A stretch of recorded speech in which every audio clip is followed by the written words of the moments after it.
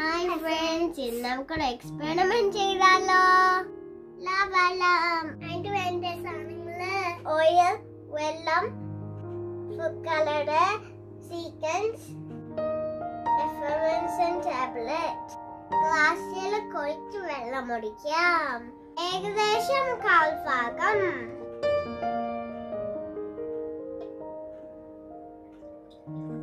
ഇനി നമുക്ക് food colouring ഒഴിക്കാം.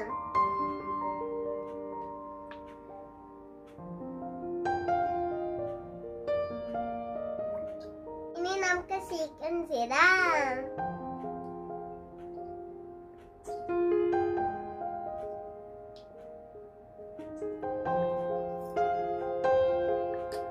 ഓയിൽ ഒഴിക്കാം.